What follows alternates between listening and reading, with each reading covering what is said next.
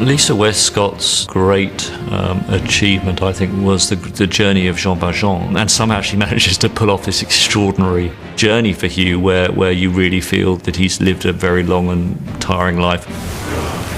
The first time we see him, he's a convict and in a very bad state. His head's been scarred for many years, so it's just been hacked off by jailers. He's got this very long, straggly beard, which we extended. We just made him very, very decrepit and tired and filthy. Contact lenses made to make him look very sore in the eyes. And then we had some teeth made, some slips that went over his own teeth. Very, very thin, they just clipped in. Tom was so worried about teeth, and quite rightly, because you've got a big close-up on an artist, and they're holding a note and you're seeing right into their mouth.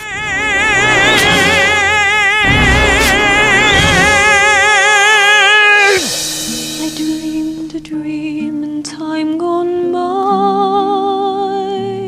and hope was high and life worth living. How can you make a beautiful woman not look beautiful? It's kind of tricky, isn't it? Annie Hathaway had the idea that she wanted to get her hair cut for real in the Lovely Lady scene, which I was amazed at, and we even tried to talk her out of it.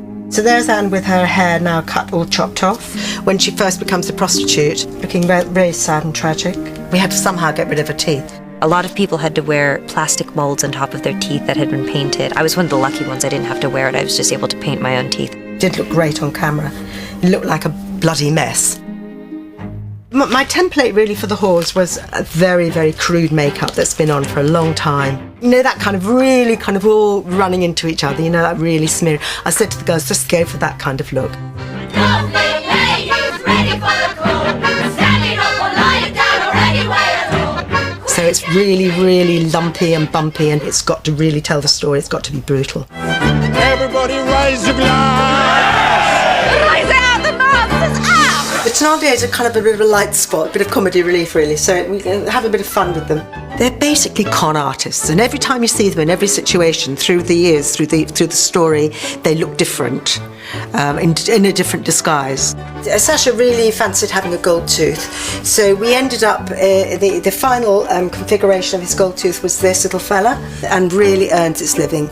This wig has got black roots, and it's all been had different colours of blonde in it, and been dipped in tea and coffee and all sorts of stuff like that to give it some kind of brassiness and lots of character. The two of them together, they just looked divine. The question you have to ask yourself, or I have to ask myself, which I do continually, and it's just very, very simple, is can you believe it?